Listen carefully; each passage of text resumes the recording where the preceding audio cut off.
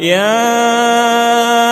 أيها الذين آمنوا اتقوا الله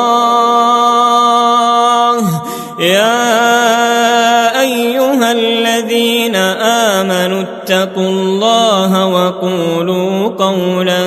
سديدا يصلح لكم أعمالكم ويغفر لكم ذنوبكم ومن يطع الله ورسوله فقد فاز فوزا عظيما إنا عرضنا الأمانة على السماوات والأرض والجبال فأبين أن يحملنها وأشفقن منها وحملها الإنسان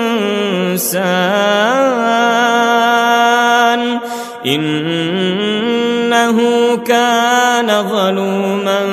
جهولا ليعذب الله المنافقين والمنافقات والمشركين والمشركات ويتوب الله على المؤمنين والمؤمنات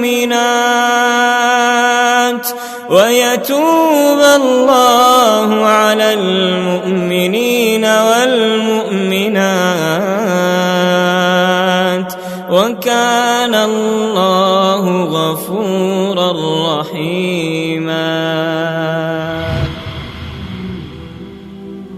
تابعونا على صفحاتنا التالية: